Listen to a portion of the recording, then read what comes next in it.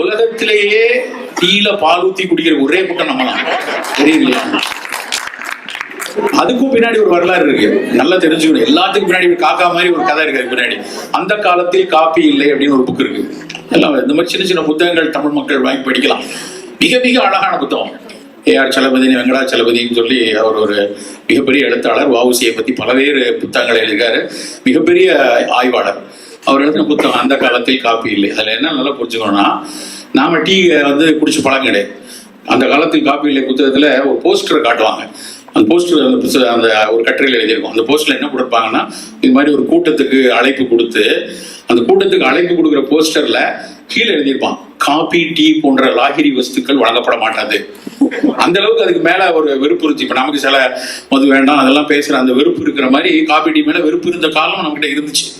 அதுக்கப்புறம் நமக்கு அதை எப்படி இருக்குன்னு தெரியும்.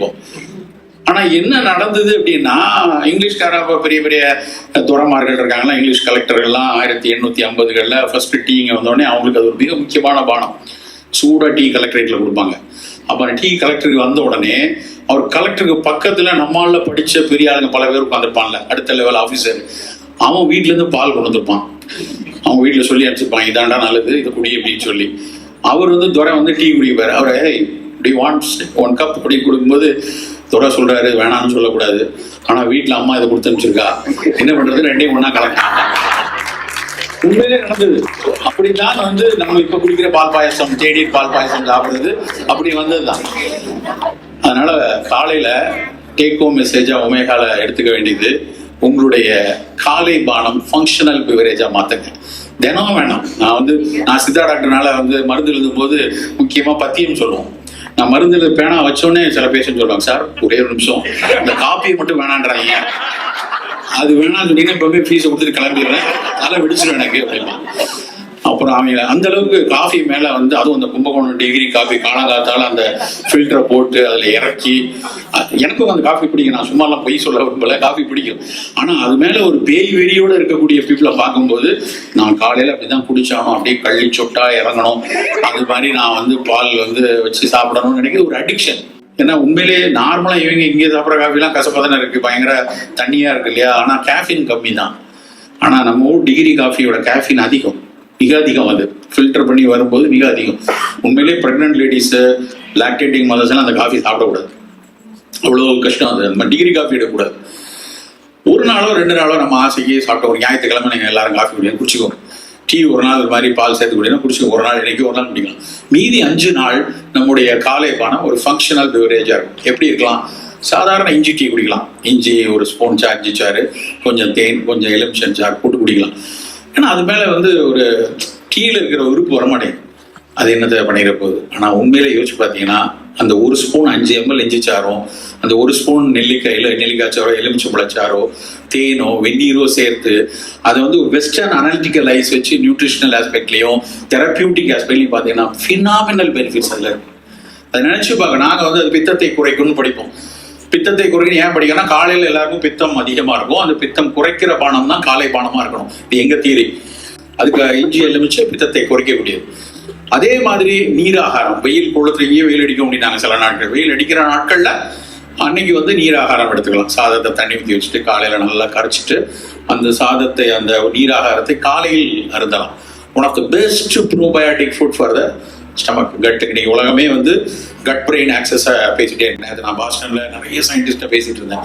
15-20 மக்கள் அங்கே மெசேஜ்லையும் ஹார்வர்ட்லையும் ரிசர்ச் பண்ணிட்டு இருக்காங்க. ஒருத்தர்லாம் வந்து இதே நான் பேச நாங்கள் எல்லாம் பண்ணிட்டு இருக்கோம் சார், நாங்கள் எல்லாம் பண்ணிட்டு இருக்கோம் சார். எனக்கு ரொம்ப சந்தோஷமா இருந்தது. அவர் ஆப்பத்துல இருந்து ஈஸ்ட் எடுத்து அரேஞ்ச் பண்றாரு. தோசையில இருக்கக்கூடிய ஈஸ்ட் வேற மாதிரி இருக்கு, ஆப்பத்துல இருக்கிறது வேற மாதிரி இருக்கு, தென்னங்கள்ல இருக்கிறது வேற மாதிரி இருக்கு. ஸோ புளிக்க வைக்கக்கூடிய ஒவ்வொரு உணவுகள்ல இருக்கக்கூடிய கிருமிகள்னு, நம்ம கிருமின்னு வார்த்தையை சொல்லக்கூடாது, நுண்ணுயிரி, அவை எத்தனையும் நம் உடலுக்கு பயனளித்து கொண்டிருக்கிறது. அப்ப நம்ம தோசை மாவு அன்னைக்கு அரைச்சி புளிக்க வச்சு மறுநாள் சுட்டோம்னா அந்த புளிச்ச தோசை மாவு உறவுக்கு நல்லது. ஆனா தோசை மாவுலயே கடந்ததுதான் நம்ம தப்பு. அதுல வந்து அது மாதிரி அவ்வப்போது கொஞ்சம் கொஞ்சம் அந்த புளிக்க வைத்த அந்த உணவுல நீராகாரம் காலையில் எடுத்துக்கலாம். ஸோ நம்ம கிட்ட சாய்ஸஸ் பார்த்தீங்கன்னா, ஒரு காஃபி எடுக்கும், ஒரு டீ எடுத்துக்கோ 2 நாள், மீதி இருக்க 5 நாள், ஒரு நாள் இஞ்சி எலுமிச்சம்பழச்சாறு, ஒரு நாள் வந்து நீராகாரம், இன்னும் 2 பார்த்தீங்கன்னா கொஞ்சம் டயபெட்டிக் இருக்கும், ஆவாரை தேநீர் குடிக்கலாம். ஆவாரை பூத்திருக்க சாவாரை கண்டதுண்டோ அப்படின்னு சித்த மருத்துவம் சொல்லும். ஆவாரை குடிநீர்னு ஒரு பியூட்டிஃபுல் ஃபங்க்ஷனல் பிவரேஜ் இருக்கு. ஆவிரை கொன்றை நாவல் அலைகடல் முத்தங்கோஷ்டம் மேவிய மருதத்தோளும் விருதிட ரொக்க கொண்டு காவிரி நீரும் வற்றும் கடல் நீரும் வற்றும் தானேன்னு ஒரு பாட்டு. இது ஒன்றும் இளையராஜா மியூசிக்ல வந்தது இல்லை, இது என்னைக்கோ எழுதுனது. வெறும் எதுகை மூனைக்காக எழுதுனது இல்லை. ஒரு வரியில இருக்கக்கூடிய ஒரு பிளான்ட்டும் கிட்டத்தட்ட 7 தாவரங்கள்.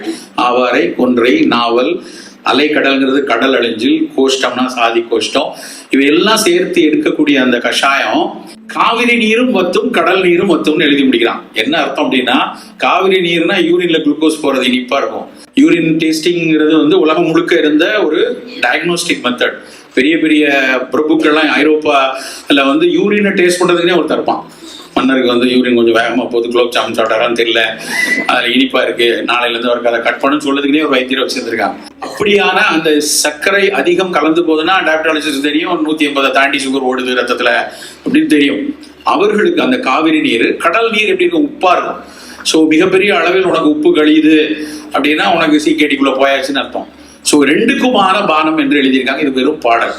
ஆனா கடந்த 10 வருஷத்துல கிட்டத்தட்ட 15 பேப்பர் மேல பப்ளிஷ் பண்ணியிருக்காங்க. எப்படி குளுக்கோஸ் ரெசிஸ்டன்ஸ்ல அது வேலை செய்யுது, எப்படி டிரான்ஸ்போர்டேஸ் என்சைம்ஸை கூட்டி அந்த இன்சுலின் உள்ள போய் செல்லுக்குள்ள போய் அப்டேக் ஆகி எனர்ஜியா கன்வெர்ட் ஆகணும். அதுதான் பிரச்சனையே இப்ப நம்மகிட்ட. அதுக்கு அந்த டிரான்ஸ்போர்டேஸ் என்சைம் ஒரு 7 என்சைம் இருக்கு. அதுக்கெல்லாம் அந்த ஆவாரை கஷாயம் நல்லா இருக்குங்க. நம்ம ஏன் காலையில ஆவாரை குடிநீர் குடிக்கூடாது சார்? அது காஸ்கோல கொடுக்காங்களா, அமேசான்ல போட்டிருக்காங்களா அப்படின்னு கேட்கக்கூடாது. உங்க ஊர்ல ஆட்டாயம்பட்டியில கிடைக்கும். நீங்க அந்த ஊர்ல போய் நீங்க ஊருக்கு போயிட்டு 23, 46 கிலோ கொண்டு வரும்போது அடையாறு ஆனந்த மோட்ல தொக்கு இதுல போய் டப்பான்னு வாங்குற மாதிரி கொஞ்சம் ஆவார கஷாயம், கரிசலாங்கண்ணி பொடி இதெல்லாம் வாங்கிட்டு போனோம். அதுக்கு ஒரு 6 மாசமான ஷெல்ஃப் லைஃப் இருக்கும். அதுக்கப்புறம் அங்கிருந்து யாராவது வந்து இங்க குழந்தைய வளர்க்கறதுக்கோ இவங்க எல்லாம் வருவாங்களா, அங்கிருந்து கிளம்பி அவங்கள்ட்ட கொஞ்சம் வாங்கிட்டு சொல்லுங்க. ஸோ ஏதாவது ஒரு விதத்தில் நாம வந்து கொஞ்சம் இத அங்கிருந்து எடுத்துட்டு வந்து ஒரு சின்ன மெனக்கெடல் தான். அந்த மெனக்கெட்டு நம்ம வந்து அந்த கரிசலாங்கண்ணியை ஒரு டீயை குடிக்கலாம். நெல்லிக்காய் தேடி குடிச்சு பாருங்க. இது மாதிரி மல்லி காஃபி போட்ட மாதிரி ஜஸ்ட் நெல்லிக்காய் பொடி, அதெல்லாம் ஒன்றும் பெரிய $10 இதெல்லாம் கிடையாது. நெல்லிக்காய் பொடி அதிகபட்சம் போனால் 30-40 ரூபா இருக்கும் இந்தியன் ருபீஸ்ல. 100 கிராம் 50 கிராம் ஒரு ஸ்பூன் போட்டு வெந்நீர்ல போட்டு டிகாஷன் இறக்கி அதுல தேன் விட்டு சூடா குடிச்சு பாருங்க. அந்த சுவைக்கு நாம் அடிமையாகும். நெல்லிக்காயில மட்டும்தான் அது ட்ரை ஆனதுக்கு அப்புறமா விட்டமின் சி ப்ரிசர்வ்டா இருக்கும். மற்ற காயில வந்து வெயிலே பாதி போயிடும். அவ்வளோ வச்சா நெல்லிக்காயில இன்னும் இருக்கு. அப்படி ஒரு நல்ல இந்த மாதிரியான மருத்துவ கூறுகள் உள்ள எளிய உணவுகளை ஒரு ஃபங்க்ஷனல் பிவரேஜா வச்சுக்கணும். சளி ரொம்ப இருக்கு, இருமல் எப்போ இருக்கு, எந்த நேரம் தும்பிட்டே இருக்கும், ஆகச்சிறந்த காலை பானம்னா கரிசலாங்கண்ணி டீ தான்.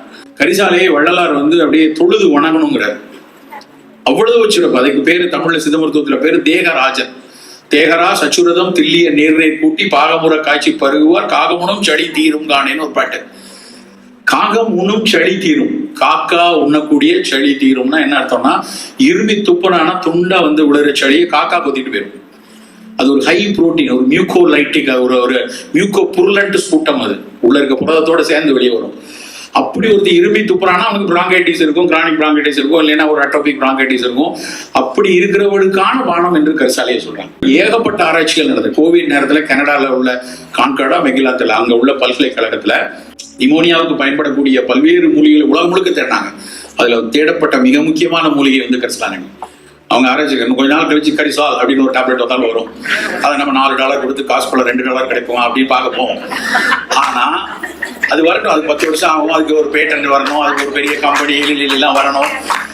அது வர்ற வரைக்கும் நம்ம கரிசலாங்கண்ணியை நம்ம ஊர்ல வாங்கிக்கோமே, எளிதில் கிடைக்கக்கூடிய வீடா தானே வருது அது. ஸோ காலை பானம் ஒரு ஃபங்க்ஷனல் பிவரேஜா நம்ம எடுத்துக்கொள்வோம்.